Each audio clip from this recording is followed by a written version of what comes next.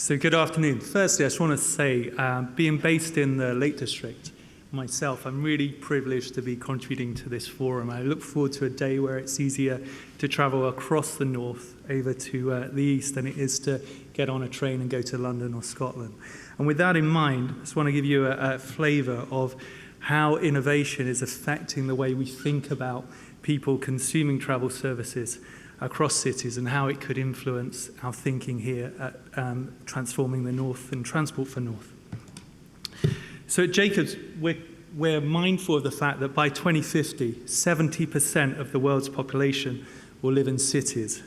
And by 2020, more than 40 billion objects will be connected to the internet.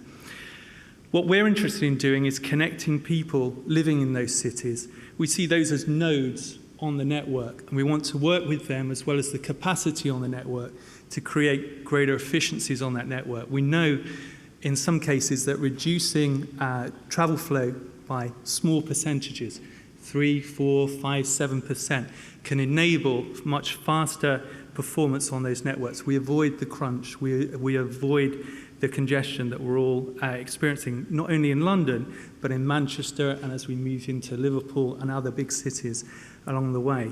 And we see huge opportunities to work with our clients and those nodes to influence their behavior, to enhance efficiency, to deal with and improve mobility, increase connectivity, reduce carbon emissions, create a smarter infrastructure and achieve resilience, and also, in doing that, address safety. So with that in mind, we're very focused on working with our customers on how these things can be funded. We know that there's a brave new world, and we've referred to some of this innovation, but ultimately it needs an investment up front. And if it's not tied to cost reduction or income generation, if it's not tied to safety outcomes, health outcomes, the free flow of people and movement and talent through cities in the north, and it's not ultimately contributing to the economic bottom line, then it's going to be a nice idea, a shiny, bright thing that we look at and excited about, but we won't be able to execute it on it efficiently. And it's about the speed of execution that's important here. So what I want to talk to you about is something that could be easily applied to any of the major cities in the north. It happens to be a groundbreaking study that we're doing with Transport for London.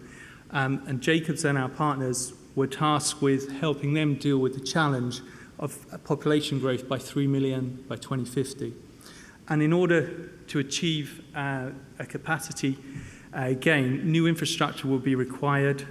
There's an opportunity to use digital information around the network and understand where these nodes, these people, these systems are operating. And we need to optimize and the existing capacity in the system and potentially reduce the amount of capital expenditure.